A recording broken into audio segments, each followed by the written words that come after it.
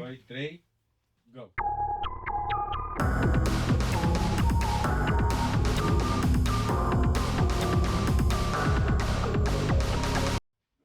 Bună! A trebuit zic asta ca să mi-o scudă pe inimă. Ca un mic preview pentru talk-ul pe care îl vom avea pe 25 aprilie, ne-am gândit să avem o mică discuție, așa, ca un mic preludiu, I guess, cu două dintre invitatele de la talk, Ingrid și Lorena, în care vom discuta puțin ce înseamnă AI-ul pentru ele în momentul ăsta și cum văd ele situația din comunitatea artistică din România. Tare! Mulțumim de invitație. Da. Nicio problemă. Așa. Cine sunteți, cu ce vă ocupați și cam care e stansul vostru legat de AI? Stens. Păi o să încep eu. Sunt Ingrid, sunt artist, pictez de obicei în medii mai tradiționale, adică creion, acrilic, ulei, uneori și pe digital și în ultimii ani pictez pereți cu spray și cu lavabilă. Acum, legat de AI, am cumva mixed feelings, adică pe de-o parte mi se pare incredibilă tehnologia și ce e în stare să facă și ce e capabilă în momentul acesta, dar pe de altă parte nu sunt clar de acord cu cum au fost antrenate modelele de AI pe training set-uri care nu au fost ethically sourced, da? Faptul că consumă foarte multe resurse, care răspunsuri biased și utilizatorii ar trebui să fie conștienți de asta. Și ce ne interesează pe noi aici, că reduce procesul creativ doar la câteva clicuri. Dar dacă e utilizat corect și responsabil, mi se pare că are utilitate în anumite domenii. Și cumva tehnologia e clar că e aici să rămână și o să devină mai prezentă în viața de zi cu zi, în toate programele pe care le utilizăm, softurile mă refer, în toate device-urile, adică acum cred că toate tabletele și telefoanele și laptopurile au un NPU, un Neural Processing Unit, încât să proceseze toate funcțiile AI local. Măcar nu se vor mai consuma atâtea resurse, să sperăm. Acum, personal, clar m-am jucat un pic cu AI-ul, am vrut să văd despre ce e vorba, dacă e capabil să mă ajute, dar prefer clar să lucrez cum am lucrat până acum. Totuși, cred că poate fi util ca un tool de sprijin și aici mă refer, de exemplu, la o funcție nouă, printre altele, de la Adobe, care îți permite să iei o ilustrație plată și să produci rapid mai multe ipostaze cu ea 3D, cu perspectivă diferită. Adică e clar că putem să vedem niște beneficii, mai ales dacă te grăbești. Totuși, cred că trebuie să știi ca și artist să produci singur și acele perspective, dar are un beneficiu. Și ultima distinție care aș mai face-o e între a crea un conținut creativ total cu AI și a utiliza niște tool-uri care au tehnologie AI care să te ajute în creația ta proprie. Eu sunt Lorena Enache, sunt poet, sunt ilustrator. Doamne, unde n-aș fi și asta.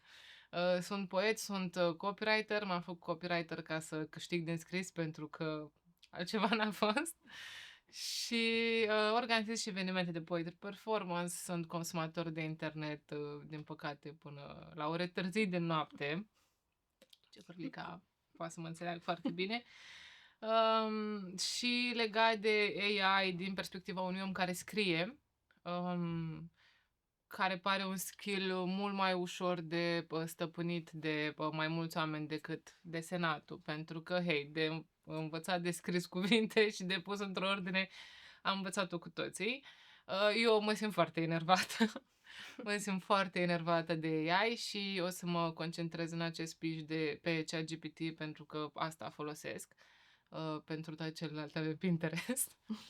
Așa, mă enervează total că mi se pare că s-a stagnat mult acolo, adică eu am nevoie sunt obligată cumva să am nevoie de AI în munca mea, pentru că odată ce s-au automatizat foarte multe chestii și au apărut toate aceste resurse prin care să facem jobul mai bine și mai repede, și mă refer la joburile day-to-day, care sunt destul de plictisitoare, media planuri, BNR-li, chestii pe care le vedem cu toți, dar în spate au nevoie de foarte mult efort. Um, mi se pare că am ADHD, nu știu ce idee am început, dar o să vorbim de toate chestiile până la final. Mi se pare că lumea tehnologică, roboții care fac roboți, s-au concentrat foarte mult pe dezvoltarea tool-urilor de vizual, de audio, și mi se pare că mi-au lăsat mie ChatGPT-ul acolo amărât, deci e cel mai prost din curtea școlii acum. Pentru că eu, dacă am nevoie de ajutor pe ideație, pe structurare, pe media planuri, adică pe niște chestii de genul descarcă aici și ai oferta, nu e coerent. Am varianta plătită, bineînțeles, o plătește iubitul meu că... Da.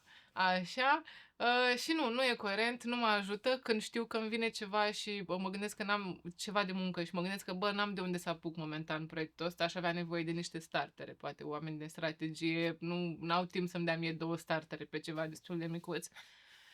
Ai spune, e ok, lasă că deschid ChatGPT și îi spun cam care e situația și că am nevoie de niște startere în acest proiect. De unde să-l încep? De unde să-l apuc, efectiv? Cum te uiți pentru inspirație pe Pinterest?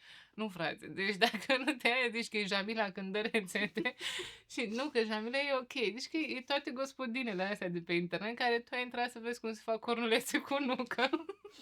Și tu afli de mătuși, de unchi, în ce zile îi făcea maică sau cornulețe, cu cine se bătea pentru ele. Da, mi se pare în continuare ineficient ChatGPT-ul, sunt supărată că nu se investește mai mult în dezvoltarea acestui tool AI. Iar ca AI, părerea mea general legat de existența, utilizarea și democratizarea, și când zic democratizare mă refer la accesul liber la aceste resurse. Da, să fie, că până la urmă, dacă n-aveam cu toții acces la, nu știu, periuțe de dinți și alte chestii care ne îmbunătățesc viața, deși la început pară pain in the ass, mie mi-e super serios, mă spăl pe dinți. Vedeți cum merge ADHD-ul meu? Tot se duce așa. Așa, mă spăl pe dinți. Dar cu silă. Dar cu silă, da, fac, da. Da, eu sunt de acord să aibă toată lumea acces și sunt de acord să-l folosim și să-l integrăm, dar cum spunea și Ingrid, mi se pare că prea ne-o luăm în cap. E prea mult acces, se pierde chestia asta de arta e umană. Am tot văzut tot felul de speech-uri pe TikTok legat de chestia asta lately, și de la Kid și de la alți oameni pe care nu mi-am amintesc, dar de Kid îmi place, de la Shatra Benz. Again, iată un alt hot take ADHD-ista al meu.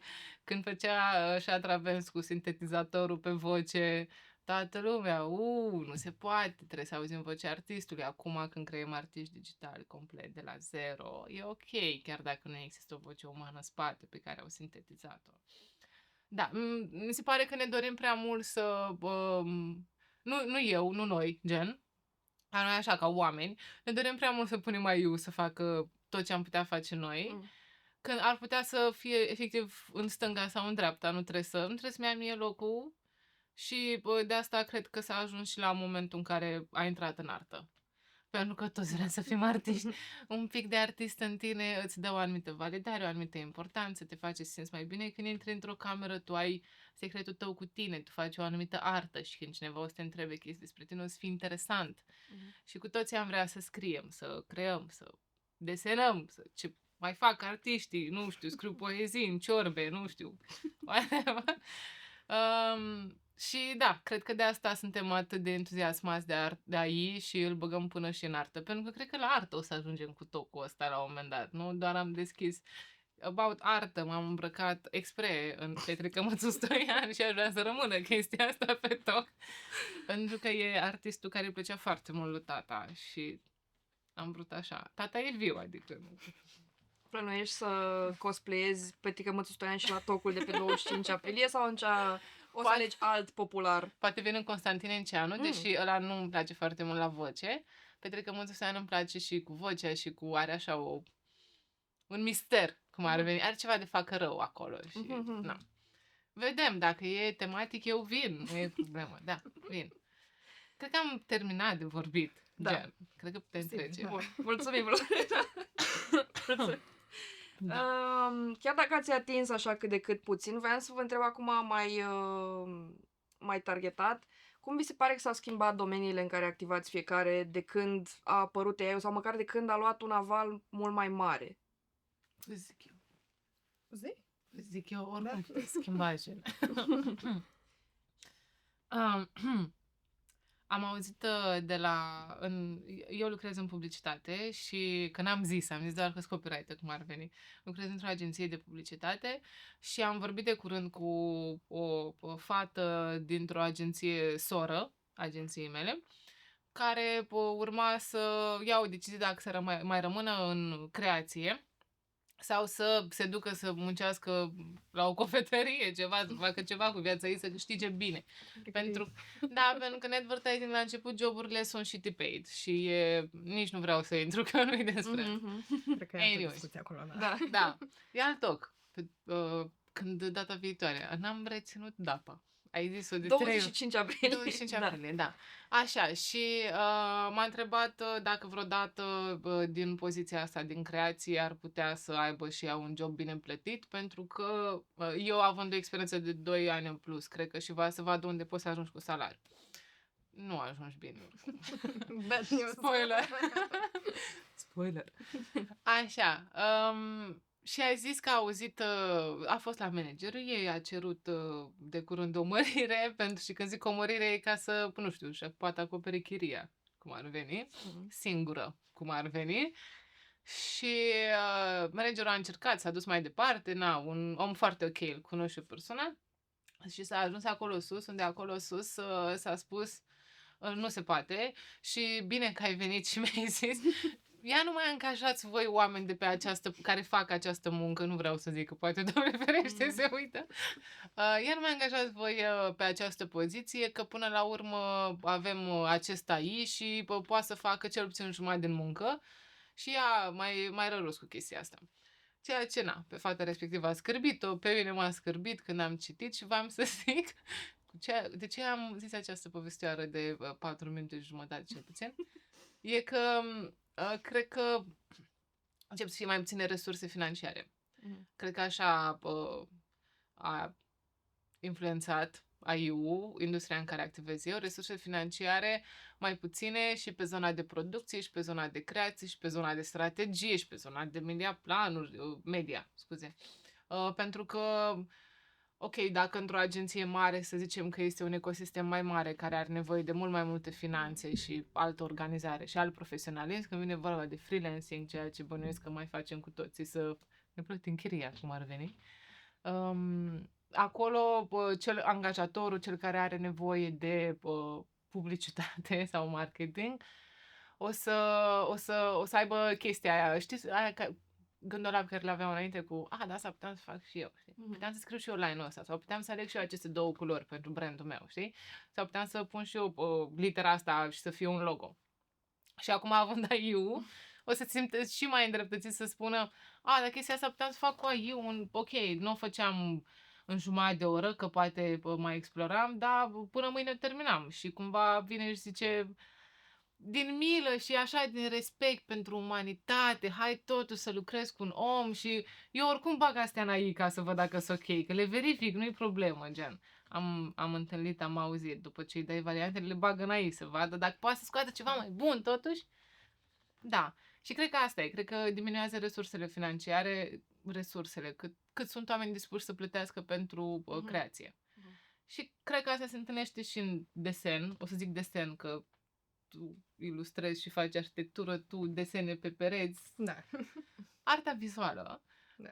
Că acolo știu că se inflamase lumea cel mai tare la început, că toată lumea știa să deseneze pisici și chestii.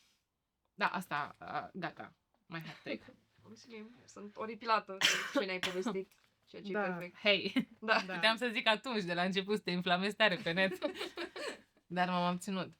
Da, din păcate e un punct de vedere din ce în ce mai întâlnit, că toată lumea o să zică că pot să fac și eu asta cu ea, nu mai trebuie să mai plătesc pe nimeni, eventual să nu mai păstrez angajații, ceea ce sucks. Da. Da, adică Da. calitatea work-ului e... Bă, niciodată când e făcut cu AI când e lucrat un produs cu AI de către cineva care zice, las că mai bine fac cu AI, niciodată nu e sus calitatea, adică no, e clar. din ce în ce mai rău, că sure, și artiștii vizuali își pot prelucra anumite sau își pot lua niște startere vizuale de acolo, vizuale cred că e,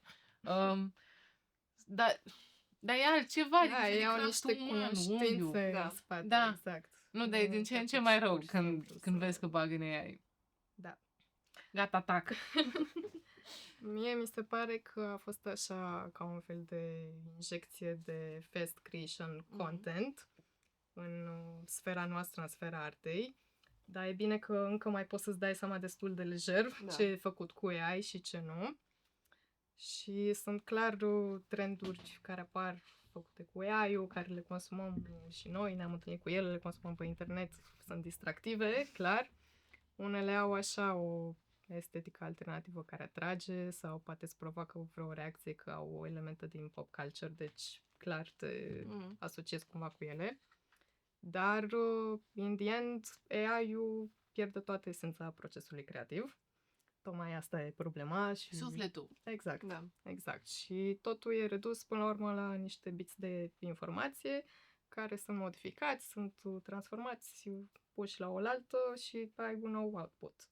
Și cam aia e. O schimbare care m-a confruntat direct ca urmare a apariției AI-ului în pictat pe pereți, că te aștepta că poate nu te confrunți acolo Nu fizic. știu, n-am văzut roboți. Da. Sunt lavabilă, sincer. Sunt roboți care printează. Da. Da. E că unii clienți vin cu imagini de referință făcute cu AI-ul. De Da. mine. Și se așteaptă să pot să le folosesc, dar din principiu nu le folosesc și în același timp au diverse erori, câte perspectivă, nu sunt corecte anatomic și așa mai departe. Sau mai încearcă ei să-și facă propriile imagini, care în sine nu e neapărat ceva rău, că poate să clarifice unori viziunea.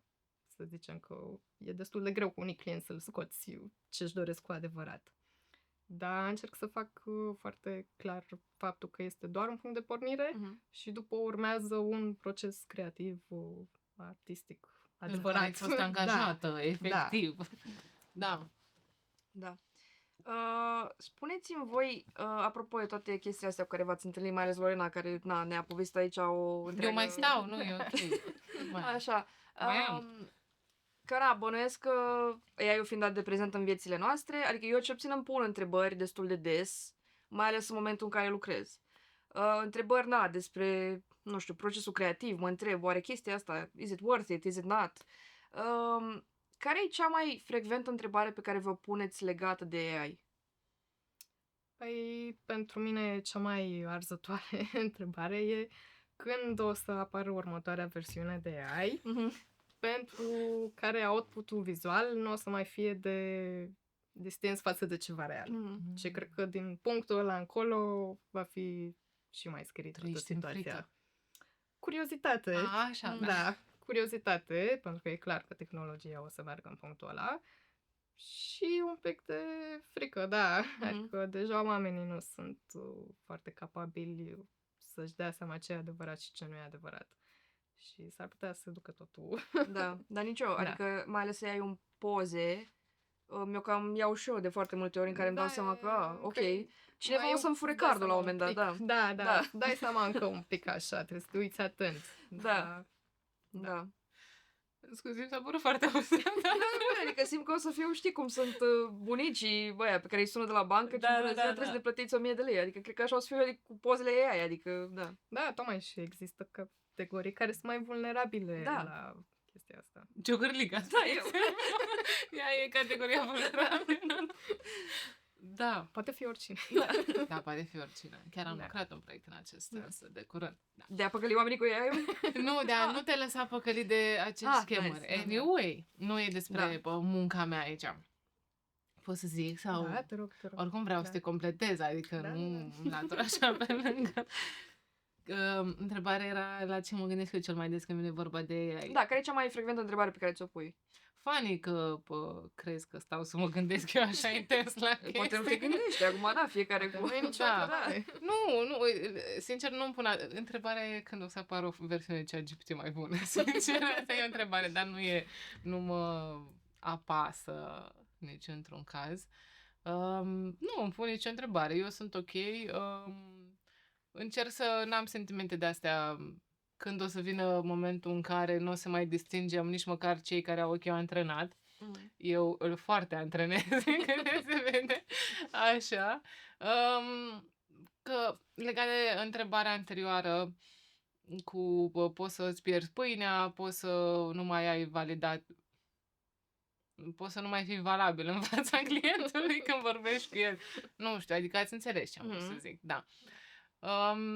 Eu sunt de acord dacă așa vrea lumea să se ducă. Dacă mă întreabă pe mine cineva, bă, Lorna, vrei să facem așa? Că cum zici tu, așa facem. Iar zice, bine mă, duceți-vă all-in cu AI-ul, faceți muzică, copii, faceți toate, puneți șape pe jos cu AI, nu, faceți tot cu AI, că așa credeți voi că e ok, că istoric, statistic, mereu când apare ceva super nou, vezi, mamă, o să zic ceva, sper să nu fi canceluită. Vezi orientările sexuale care nu sunt normale pentru o majoritate. N-am zis nimic concret, dar ați înțeles? Vezi orientările sexuale diverse, gen, când a apărut Gata, când a început să fie evident că, bă, nu e doar femeie-bărbat. Poate să fie căpșună cu bărbat, nu contează efectiv. It doesn't matter. Lasă lumea să iubească, să-i treaba fiecăruia ce și cum iubește.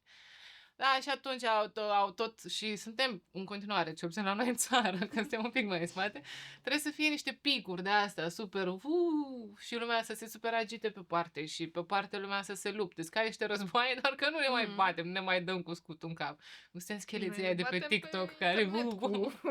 Da, exact, adică trebuie să existe niște poziții de astea foarte categorice, de pro și contra, pentru că la un moment dat să ne liniștim, se schimbă generații, bineînțeles, intră chestii normale, ne liniștim și găsim altceva. Nu e problemă, găsim altceva. Înainte era Loredana Groza subiectul care ne contraria. Acum am găsit AI-ul, efectiv. Acum o să fie Loredana Groza în AI, adică... Da, așa o să fie. Da, și acum e AI-ul. Bine, dacă sunteți atât de fascinați, go! Sure, lăsați-mă, eu în continuare o să-mi vopsesc gresia cu mânuța mea, o să întreb pe Ciocărlica. Mă, Ciocărlica, zi și mie aici la mine în casa asta unde totul e foarte maro. Ce culoare să pun? Chiar am făcut asta. Eu nu o să pun într-un AI. Poate am pus și în AI și nu mi-ai zis corect. Da, după aia am mai testat pe mine, ai zis, ia să văd asta, ce făcut de ce. Să vă a făcut asta școală sau civica? Da. Aș lăsa, de asta zic că sunt de acord cu democratizarea accesului. Ok, duceți-vă, dar nu vă mai duceți la artiști, de orice nație de artiști, să-i spuneți, eu facem mai bine. Că, cred că ați văzut și voi cu Lolita, da? Bă, deci mi-e așa ciudă că o cheamă Lolita, frate, că a luat din cartea aia, adică e așa evident de fetișizare, dar aici nu mai poți zic. să cauți pe Instagram, că îți dă warning child abuse, adică... Da, eu nu pot să caut că am blocat-o, cred că asta era. Da, da, să nu mai încercăm să comparăm AI-ul cu care e un robot, efectiv, e un robot trăinuit pe baza unor informații, eu nu știu cum funcționează. Eu de curând m-am întrebat de unde vine internetul și dacă exista înainte ca noi să-l descoperim, dacă mă înțelegi. Dacă era acolo și ne aștepta să-l găsim. Eu credeam că e cum erau pietrele din peșteri, știi, safire de astea, de unde dracu sunt, că erau existat dintotdeauna, dar n-am știut noi, până am săpat noi după ele. Nu, deci... Asta sunt, deci voi astfel de oameni lăsați cu eu, înțelegeți? Și sunt și mai răi, adică eu sunt sub mid un pic, să zicem. Da. Da, să nu mai încercăm să spunem că omul ar putea să facă gen, să nu ne mai luăm AI-ul care reper. Mamă, ce idei deșteaptă am băgat acum. Să nu ne mai luăm AI-ul care reper. Bă, fiecare își face, că nu e ca și cum dacă te duci la doctor. Deci te duci la doctor, da? Și doctorul te operează într-un fel, dar sunt și roboți acum, nu? Adică nu invent. N-am văzut pe TikTok un video făcut de AI. Sunt și roboți care te pot opera, gen... Dar una e, o operație îți face robotul și ți-o face în 2 minute și o operație ți-o face omul și ți-o face într-o oră. Na, nu știu, whatever. Și oricum și robotul cealaltă nu-i lăsat de capul lui acolo, e cineva în spate. Da, să ne vedem de treaba noastră, să nu mai heresuim artiștii să fie la fel de buni ca eu, pentru că nu... Sau la fel de rapizi. Da, că nu e... Rapizi mai degrabă un Asta și... Da. Efectiv, că Lolita cântă mai bine, că ce dracu de vizual de astea mai sunt, Midjourney, Vali era să zic. Vali, prietenul nostru. Wally. Da, că zicea și ăsta, Kid, că eu atât am reținut de pe TikTok. Eu mă uit pe TikTok de 2 ani, eu atât am reținut.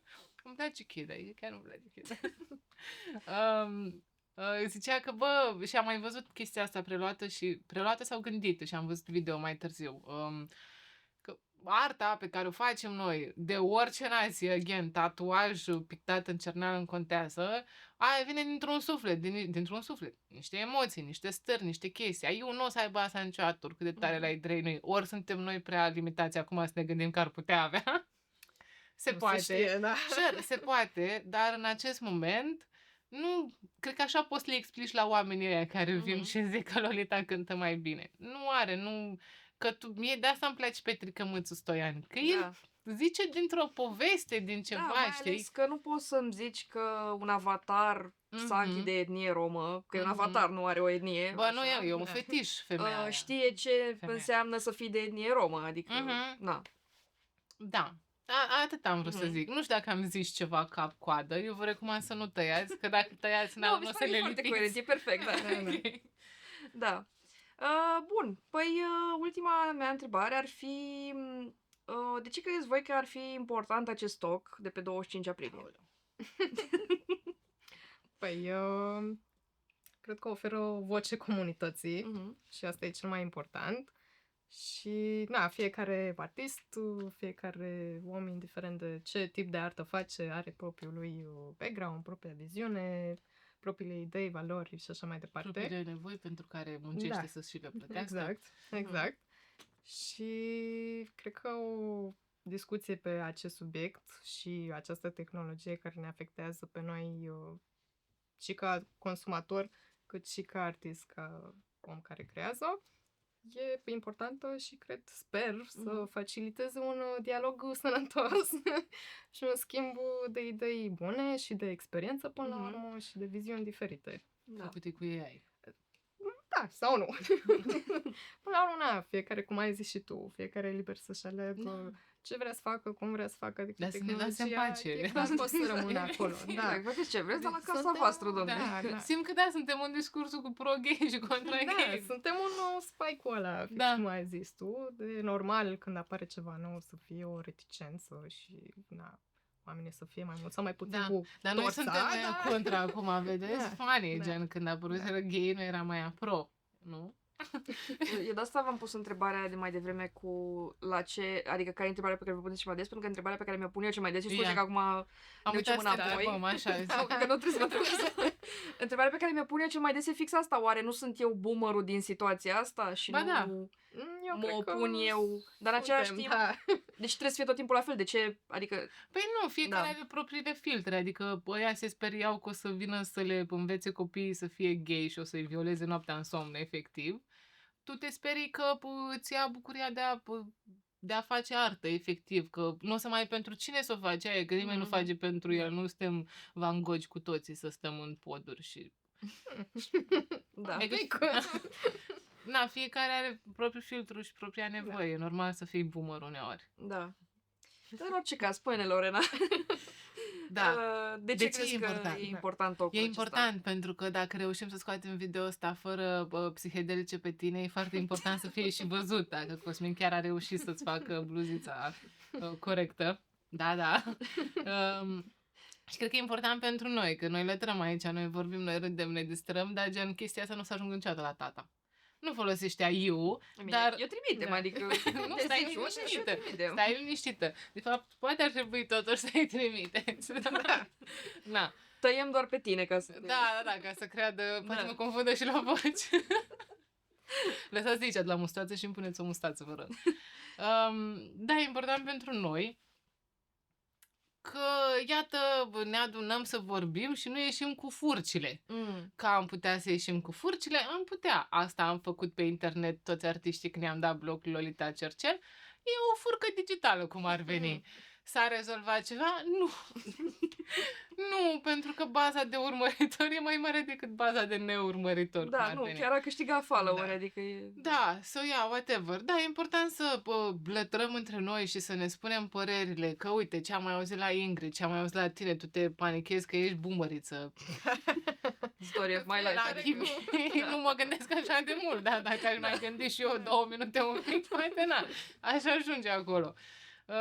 Că mi se pare că ne oferă și nouă artiștilor. Mă bag și eu în artiști acum, dacă nu vă spărați, stau și eu acolo cu voi. Da, dar și nu să sunteți o artistă. Nu, un mic artistă, yes.